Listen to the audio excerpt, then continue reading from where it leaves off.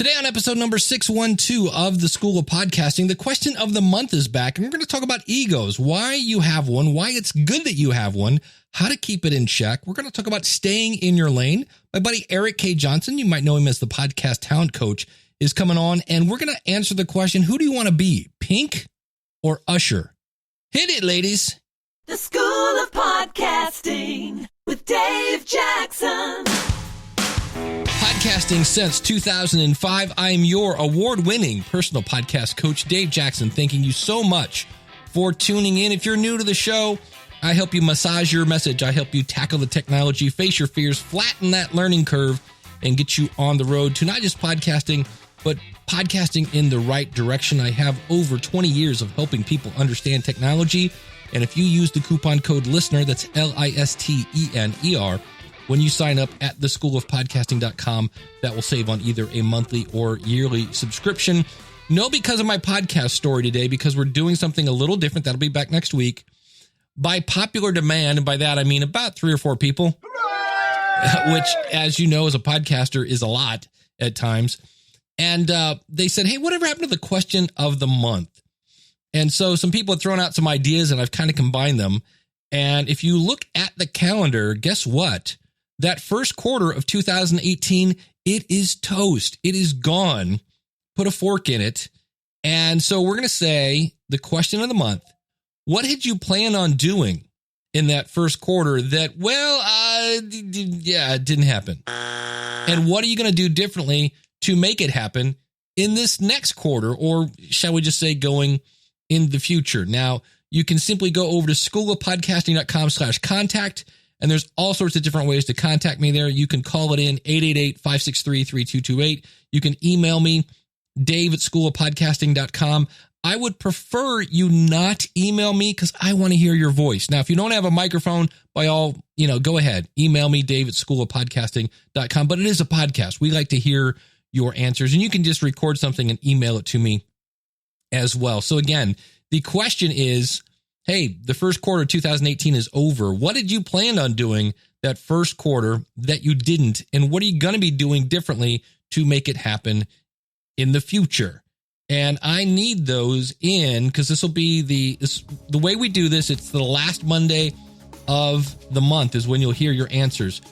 So I need those in by Thursday, the 26th, because I'll be creating the episode that weekend. So again, send your answers in by April 26th. And for more information about how to get your answers in, just go over to schoolofpodcasting.com/contact. Hey, let go of my ego. Wait, no, that was a completely different commercial. We're going to be talking about ego today. And the Freudian definition of ego, if you go to Wiktionary, did you know there was a Wiktionary? There is a Wiktionary. The most central part of the mind, which mediates with one's surroundings. So many people think that if you have an ego, well, you're a narcissist, or that you're conceited, or you're stuck up, or whatever you want to put there. You think you're better than others. You think you're better than me, man. So depending on what you read, ego literally means a person's sense of self-esteem or self-worth. And what's interesting about this is so many podcasters have imposter syndrome, which means I'm not worthy, man. But doing anything new, like starting a podcast or really going against the norm, is directly proportional to how confident you are of yourself and your ability. So you kind of need an ego to turn the microphone on. And that does not mean you're conceited. It doesn't mean you think you're better than me, man. And it doesn't mean you're a narcissist. It means you have passion. You probably want to help people, and you need a platform. And as long as you're in control of your ego, and if you're new to the show, I started playing music live around the age of 16, and I quit. Well, I really haven't quit, but technically about 48 is when I think the band finally dissolved. So I've had my share of egos. And as soon as your ego starts getting control of you, it's going to hurt you. When ego controls you, it can make the truth look like false and the false look true. It can really mess things up. So how to identify the negative sides of ego? Well, when you're overwhelmed by your ego, you're going to say words that you're going to regret. You're going to take actions that you're going to wish you hadn't. You're probably going to hurt people. In some cases, the people you love the most. Your inflated ego can also make people lose trust and respect for you. And I've never read a thing by Deepak Chopra. I've heard he's kind of a woo-woo guy, but I'm not going to, and we'll talk about that, judging here in a second, but listen to this. If you want to reach a state of bliss, then go beyond your ego and the internal dialogue. Make a decision to relinquish the need to control, the need to be approved, and the need to judge. Those are the three things the ego is doing all the time. You're like, wait, what were those three things again? Control, you want to be approved, and the need to judge. It's very important to be aware of them every time they come up. So if you find yourself defending yourself, right, if you're feeling a little defensive, this may be due to a couple of reasons. You actually may be right? There are those rare occasions that you actually know what you're talking about, and you're trying to educate someone about your point of view, but you're kind of getting they're being defensive, so you're being defensive. It gets a little wishy-washy here. Or in some cases, you're wrong, and you're defending yourself as you're afraid of the ramifications if it's found out that you were wrong. I used to work with a guy in tech support that would make up answers just because he couldn't say, I don't know, which drove me crazy because people would then take action on a really bad answer. By the way, that's not at Libsyn. This was back when I was a copier technician. I should probably clarify that. And if you didn't know that, I work for Libsyn. But this is the Dave Jackson School of Podcasting show. I do not speak for Libsyn. For that, you'd have to go over to thefeed.libsyn.com. There's an old saying, you can be right or you can be married. And we're not, I realize you're like, Dave, we're talking about podcasting, right? Hang in there. I found this to be true, by the way, if we kind of relate this to, because we're talking about relationships. A couple episodes ago, my good friend, Glenn the Geek Hebert, was on talking about how to choose a co-host. And today, what if you chose the right co-host, but you both still have an ego? So I've got a story to tell here about a great example of how not having an ego created something very special. But in marriage, right, the joke is you can be right or you can be married. And my ex-wife, yes, hence the word ex, we would battle literally for days because in my case, I'll point out, I couldn't drop it because I thought I was right. And in some cases, she wouldn't admit she was wrong. Not that she was always wrong, but that's a bad combination. And the opposite of defensiveness is openness. And that means being open to new ideas. I've been watching Ron Howard on Masterclass, and he said, if you have somebody who comes up with a new idea, so let's say you have a podcast with more than one person, it's you and your co-host, you and maybe two co-hosts. Ron Howard said something really great. He said, you might want to work in odd numbers because it's always an odd number when you come to vote. Something's going to win. But he was saying that if somebody, an actor, comes up to him and he's the director and they come up with an idea that wasn't his and he's not sure about it, he steps back and goes, wait, what is the purpose of this scene, let's say? And does that suggestion get you to where you want to go in that scene? Even though it's not your idea, you have to be open to that. And then he said, in some cases, if I then choose to do that, now there's a much more collaborative, much more trusting relationship. And he says, when, not Ron Howard, but when you're not willing to even ponder another point of view, you might want to check yourself. If you're just like, if somebody comes to you with a new idea and they scream pull, like, hey, Dave, I got a new idea for you. I think we should do this. Pull. Yeah, that's probably a bad sign. That's a red flag. Now, you're like, Dave, I don't know if I want to listen to this episode. I do a solo show. Well, here's something else that you might want to keep in mind. We all want to, I mean, this is primarily a solo show. And I might want to take all the applause and the, adulations that go with this. I mean, I record this show, I edit the show, I post the show. I'm the producer, I'm the host, I'm the editor, I'm the web designer, I'm the graphic designer. I do the show with me, myself, and I. So that appears to be true, that it is my show and I should take all the adulations. But I get feedback in the form of emails, SpeakPipe messages, Facebook likes, all sorts of comments that help steer this podcast in a direction that allows it to connect deeper with the people who find it. So it's not 100% me. So thanks to my audience who, when they hear something or they hear someone talking about podcasting and they say, hey, you know what? You need to listen to Dave Jackson of the School of Podcasting, or you need to join the School of Podcasting. I would be a fool to say the success of this show that you're listening to right now is 100% because of me. Always be open to new ideas. And again, I was listening to this thing with Ron Howard, and he said, hear everyone's ideas, but in the end, you decide with your heart because it's your show. And so I went to this concert, and I know you're like, what? Now we're talking about concerts. Trust me, this is going to tie into podcasting. I went to a concert by this guitar player named Michael Schenker, who was in the Scorpions when he was 15. So if you're a child of the 80s, you've probably at least heard of the word Scorpions. Most of you have never heard of Michael Schenker unless you're a guitar player over the age of 30. Now, to give you some frame of who this guy actually is, you've probably heard of Metallica, one of the most popular heavy metal bands of all time. They've sold like 110 million records. Their guitar player went, 100% fanboy upon meeting Michael Schenker. And he actually pulled some strings, no pun intended.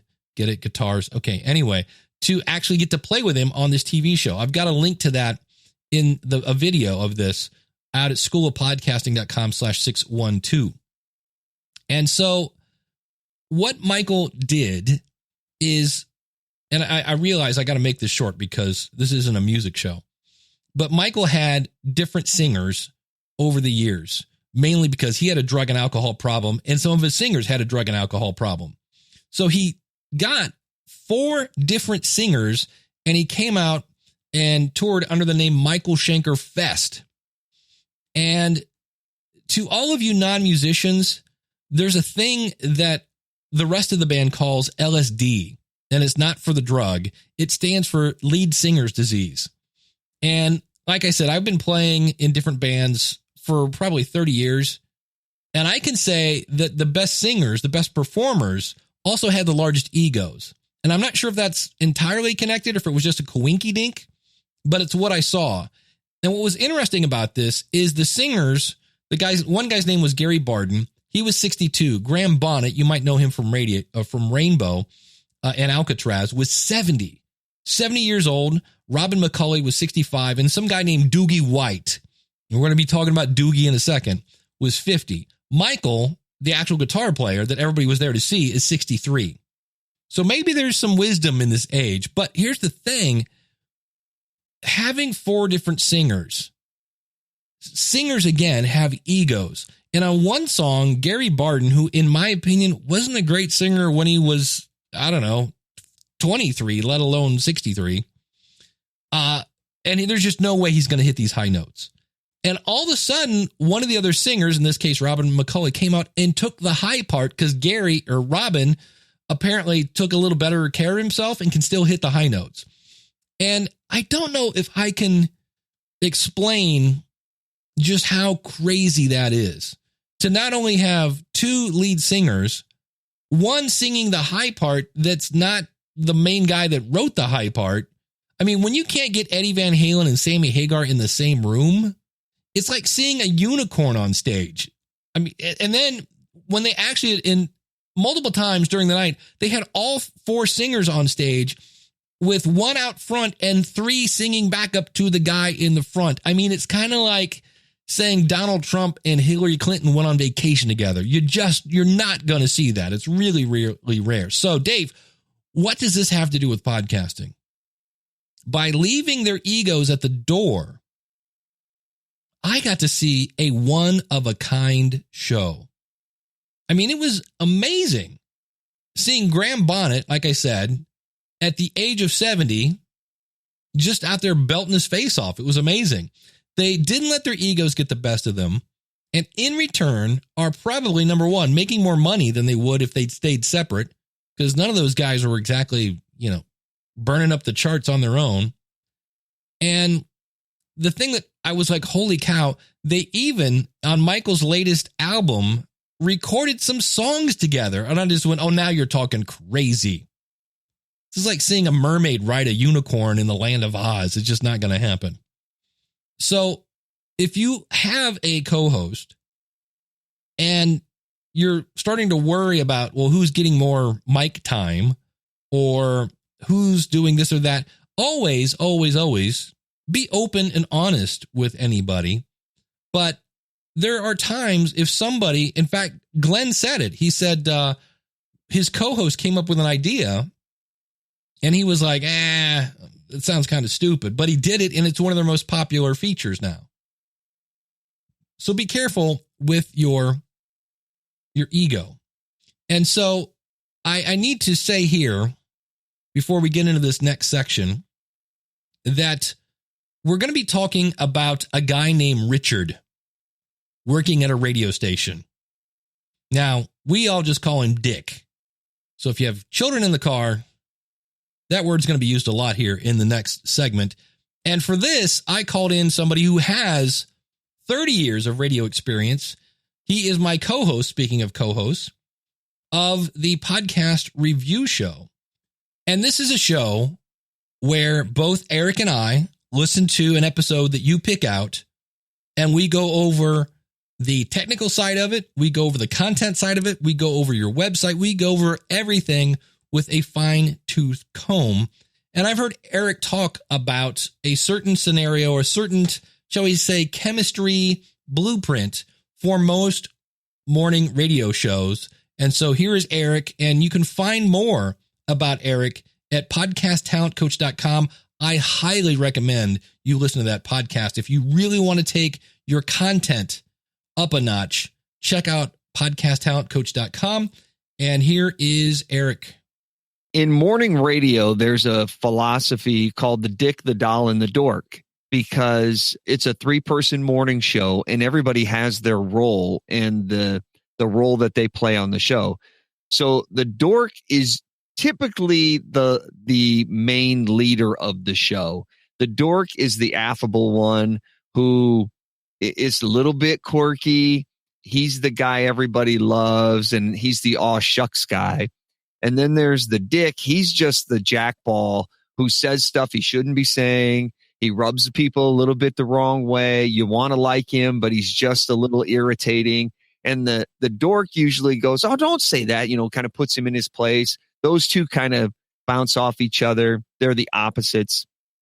And then the doll, she's usually the brains of the organization. She's the smart one that comes in and kind of puts everybody in their place, and she's the sense of reason. So everybody kind of has their lane. So if we're talking about, we got this letter today from listener Kim, and she found another woman's number in her man's cell phone, and she wants to know what she should do about it.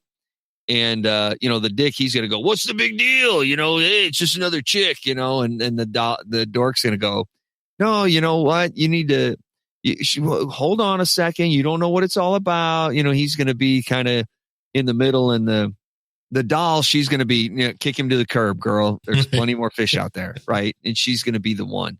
So that sort of triangle, and everybody has their role. You have to know your role, and you have to stay in your role, because that's what people expect of you. Now, if the dork on the show all of a sudden says, hey, it's just another chick, he's out of his lane. You don't expect that from him. And he's not in his defined character. He may think that, but he can't say that because it's not who he's supposed to be. It's not what people know him for. So it's just a way to define the characters on the show. And it would be similar if you've ever listened to Mike and Mike on ESPN. It's only 2, so the Dick, Doll, and the Dork doesn't work on Mike and Mike. But you have Mike Golick, used to be a professional football player, really big, I mean, he knows football because he was in the trenches playing it. And then the other Mike, he's just a little Mike. He's never played football, but he studied it. He's the reporter. He's the guy that studied the game inside and out. He knows all the facts. He's read all the books. So he's the brain smarts guy, where the other Mike is the brawn guy. And so they're opposites, and each of them have their lane, where the football Mike is more heart, the book Mike is more brains. And so you just know your lane and you stay in it. Right. Because if you get out of your lane, then you mess up the chemistry. Exactly. Because if you and I both agree on everything, one of us is not necessary. We're not, we don't need two people with the same opinion. And so on that show, the podcast review show, Eric is brought in as kind of the content guru, but does that mean Eric doesn't have any technical knowledge? No, absolutely not. He can still comment on how is the website, what was the experience like. I'm brought in as kind of the technical guru, but does that mean I can't comment on the content? Well, no, I'm still a listener. And last week's show, we reviewed a show called A Modeler's Life. It's about basically, it's a hobby where you basically do model railroads or model trains. And so Eric had a model train when he was growing up, and I did not. And consequently, we had, things like this. On the other side of the coin from where Dave is, I didn't so much mind that part of, all right, well, that's pretty cool. Now, where do you want to take this whole journey now? And it wasn't like when he said that, I was like, oh, no, you don't. So if I was an egomaniac, I'd be like, hey, you can't disagree with me. I'm the host of the show. And I do the same thing on Saturday morning. I have Jim Cullison from theaverageguy.tv. And we all kind of know what our lanes are. We know what the purpose of the show is. And we all know that we come from different directions. Now, to take it back to the concert I saw, I said there were 4 singers. And the youngest guy is this guy named Doogie White, who looked like a bad imitation of Jack Black, the singer. You've ever seen him sing? He's always, oh, holy dive. And what was stupid about this? Now, the name of the concert was Michael Schenker Fest, where people who like to hear Michael Schenker play the guitar come to listen. So this means it's a crowd of about, 98% dudes, all of which who have their phone out trying to videotape this guy's fingers flying over the fretboard. But what was annoying, because the other 3 singers didn't do this, is when Michael would go to do a guitar solo. In other words, when the crowd really started to pay attention, Doogie would start going, all right, everybody, hey, hey, hey, or he'd clap his hands. Come on, everybody. Everybody like, dude, I'm trying to hear, the guy that's on the backdrop, that big picture behind you of the guy named Michael Schenker. I don't know if you noticed this, Doogie, but that dude is playing a ripping solo right now, and I can't hear it because you want me to scream, hey. That is not good for the show. And that's where you've got to kind of go. And to me, I just feel like going, Doogie, did you not get enough hugs growing up or something? What's the deal? And to me, it seemed like he was like, no, look at me. Look at me. And meanwhile, every phone is on Michael Schenker on the right-hand side. So it just seemed very out of place. It was disruptive. It just was like, what are you, dude? He's playing the solo. Shut up. So there's a difference between having a difference of opinion on a show, having a different viewpoint on the show, and somebody just flat out trying to derail your episode because I didn't get enough hugs, Daddy. Hug me, Daddy. I don't know what's going on with Doogie, but he was driving me crazy. That's an example of that. The other thing I wanted to point out about ego is, and you've heard me talk about this book. It's a really good book. It's old. I would probably feel very old right now if I looked it up. But The 7 Habits of Highly Effective People by Stephen Covey has a line in about understand before being understood. And sometimes we are quick to label people narcissist they think they're better than me, right? They think that guy's got an ego on him. And I would say, be careful with that one. Because at one point in my life, I changed my direction, but I was going to be a Baptist pastor, preacher, minister, whatever you want to call it. And I decided not to because I'm a much better worker bee than that's a whole other long story. But anyway, I decided not to go that. It was not a good fit for the church I was working with. Let's go that route. And, but as I was going through school for that, the one class said, if you see somebody sleeping in the first row and you're thinking, how rude, well, realize that could be a new dad with like a 3-year-old baby at home or a mom, and they still made it to church. Isn't that amazing? But they're sleeping. Don't get offended because somebody is not paying attention to you. There may be a whole lot more to that story. I think I've shared this story with you before about Pat Flynn. Pat Flynn is one of the nicest guys on the planet. I've met him a couple times, and he just, again, what you hear is what you get. And I would hear him on all these shows, and I would ask him to come on the School of Podcasting, and he would say no. And I was like, oh, that's, and I could have said, that guy thinks he's too big for the show, or he hates me. Love me, daddy. I don't know what's going. No. So Pat was having children. Every time I asked him to come on the show, he's, the wife's due that time. I can't really be doing interviews. But when he came out with the Smart Podcast Player, I knew he had time to promote it. And I asked him, and lo and behold, he came on the show. So don't jump to conclusions that somebody thinks they're better than you are just because they won't return your call and things like that. Keep that in mind. So that is my thoughts on ego. And I mentioned that I do a show with Eric K. Johnson called the Podcast Review Show. And in the last episode, we reviewed a show called A Modeler's Life.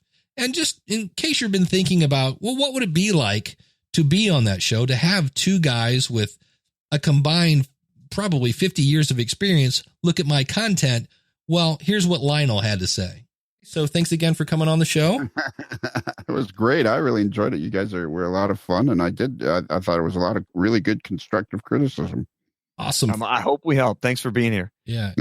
Did I say it right? Is that the way you wanted me to That's say it? That's it. The 20's in the mail, you read buddy. the script perfectly. Thank you. And again, you can find that at podcastreviewshow.com. And I mentioned that, understand before being understood.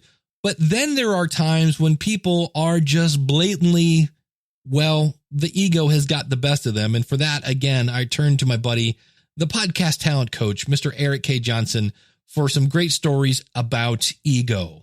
It's interesting in music because you'll see somebody on the screen or you'll hear an interview with them and they're like badass and you expect to meet them and they turn out to be the nicest people in the world.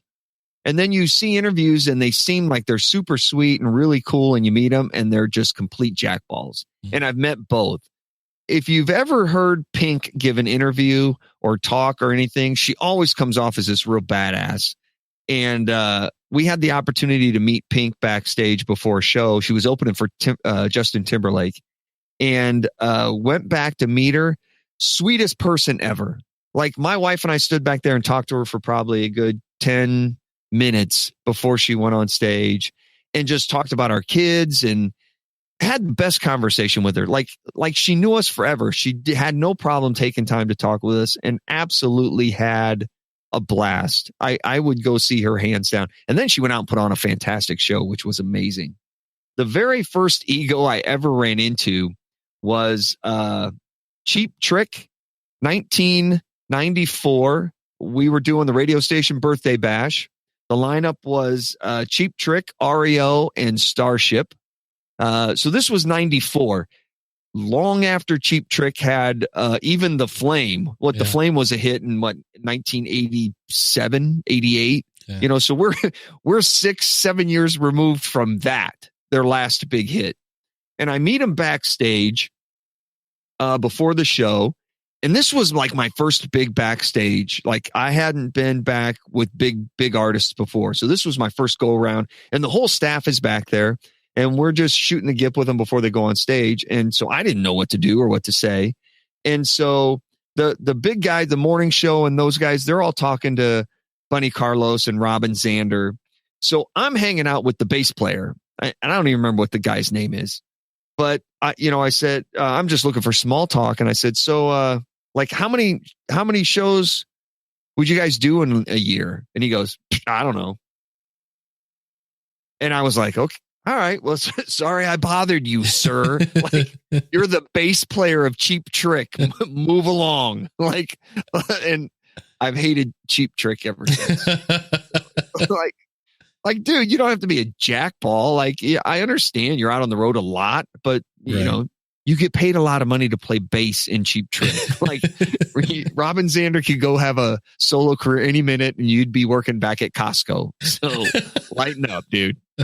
And the other ego was Usher. So we're crammed. We're seeing Usher, Kemper Arena, Kansas City.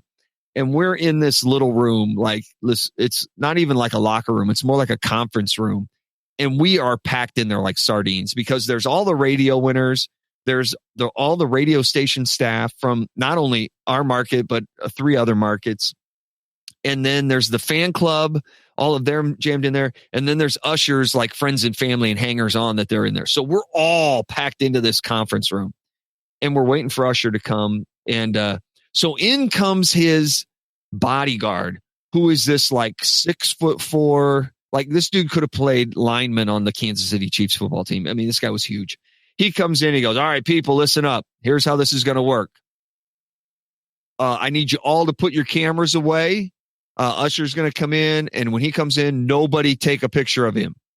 If any of you take a picture of him, we will escort you out of the building after we take your camera, and you will not be able to see the show. Usher's going to come in. He's going to stand right up here at the front of the room. You're going to form a single file line. When you get to the front of the line, you're going to hand your camera to this gentleman right here.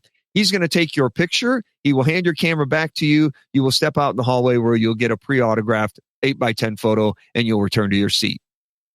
Any questions? We're like, nope, no questions. Okay, he'll be in a minute. So he walks out. A couple minutes later, he comes back in with Usher. Usher's got his sunglasses on. You know, it's Saturday night at 8 o'clock. It's dark. He's got his sunglasses on. He stands there in like a very like proper pose, arms, hands crossed in front of him, doesn't say a word to anybody and just stands there. And we all kind of get up next to him like he's a cardboard cutout. Cheese, click, get our camera and leave. And that's it. Never said a word to anybody the entire time he was in there. I'm like, seriously. Could have been a cardboard cutout. Yeah, I could have stood next to the poster and got the same photo. I'm like, this is ridiculous. Don't take a picture of him when he walks in, or we're going to escort you out of the building and take your camera. I'm like, really? Because we can't take a picture of Usher as he walks through the door. Okay. Nice. Oh, hey, Usher, where are you now? Yeah, it's a good question, isn't it? Holy cow. Back on Star Search. Well, if you want more fun stories, you always do have great stories in your podcast. I try to have stories, but I don't want to look like I'm dropping names like, oh yeah. No. So, had dinner over at Vince Gill's house the other day. Yeah. Which I did, but I'm not going to sit here and brag about it. Well, that's what's always great about it. You're not name dropping, but it's still like, yeah. And then there's a time I was hanging out with Meatloaf and I'm like, oh, that'd be so cool. So I don't think I've ever met Meatloaf. Okay. I think I've seen him, but I don't think I did meet Ozzy. So get this. So talk about no ego.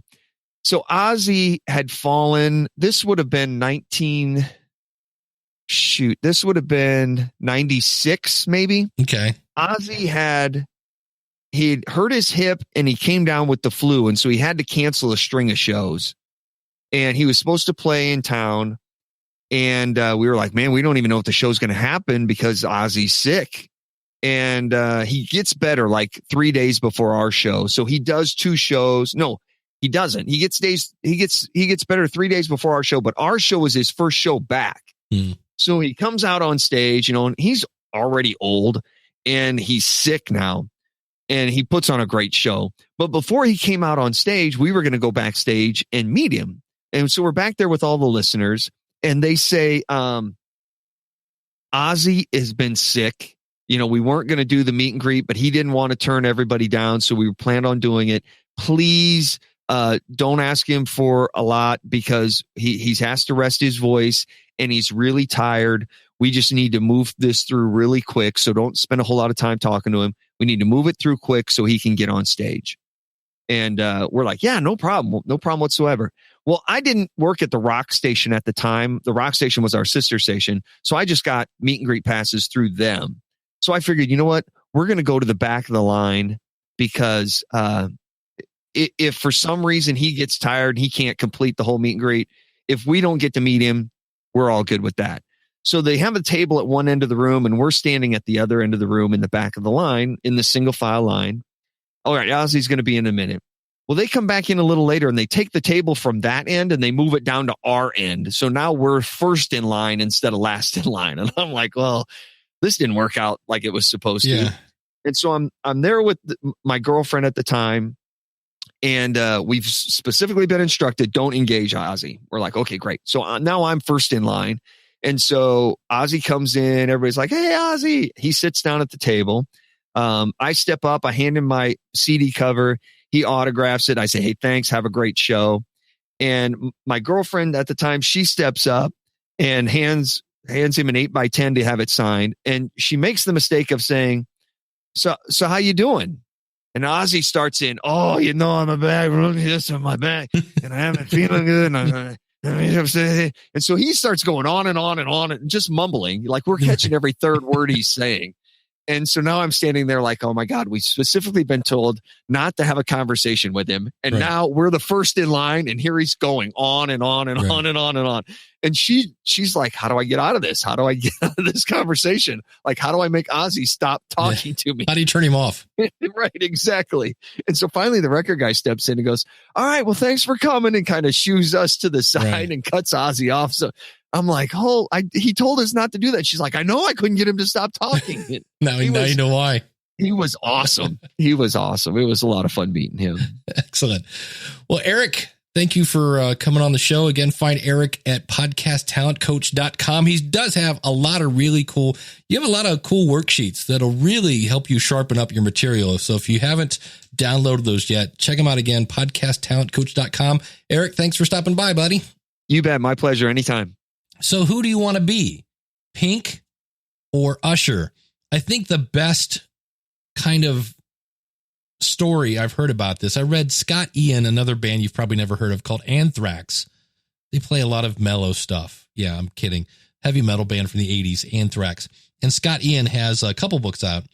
And he said when he comes to meet fans, he realizes that for him, it's like 5 seconds, 10 seconds, 30 seconds out of his day that he will probably forget by the time he gets back to the elevator because he just met 40, 50 people. He goes, but that 30 seconds for the person who in a world of, AM, FM, satellite radio, Hulu, cable, HBO is taking time to consume your content, in his case, music. He goes, that person's going to remember that meeting forever. And so if you ever get a chance to meet your listener, to interact with them in any way, via email, Twitter, things like that, take the time to answer them the best you can. And if you're really busy and you're going to hurry the response, maybe it's best to wait till tomorrow. Yes, they'll have to wait a little longer, but you'll be able to give them a better response and you can judge which one would be better. But keep that in mind. Who do you want to be, Pink or Usher? So thanks again to my buddy, Eric K. Johnson from podcasttalentcoach.com. He really is a super nice guy. If you would like to work with me, it's really easy. schoolofpodcasting.com/work with me. I know I try to keep it obvious, and you can do everything over there from sign up to membership sites at the School of Podcasting. If you want to do one-on-one consulting, it's all there. schoolofpodcasting.com/work with me. In the future, I've got interviews with Monica Rivera. We're going to talk about how do I get over the hump of actually launching my podcast. We talked about self-esteem a little bit today and how you need a little to get over that hump. And here's somebody who sat on a microphone for 4 years. So that's and now what's happened since she actually hit record. We'll be talking about that. I know I keep teasing about I'm going to do a show about toys that I'm playing with. I just need to find the time to play with the toys to where I can really come to you with a decent report. So that's coming up in the future. And we've got more because of my podcast stories. That's where if you want to answer that question, simply, again, email is dave@schoolofpodcasting.com. Record an answer to this question because of my podcast blank. And you fill in the blank And last, as we head out the door, I realize I've given you 37 different calls to action. Shame on me. But I need this again by April 26th. And that is this month's question is, what did you plan on doing in the first quarter that you didn't? And what are you going to be doing differently to make it happen in the future? And again, you can just go out to schoolofpodcasting.com/contact. All of this is in the show notes. If you're listening on an app, you can probably swipe up, down, left, or right and have a link right there. Thanks so much for listening. I deeply, deeply appreciate it. Take care. And until next week, class is dismissed.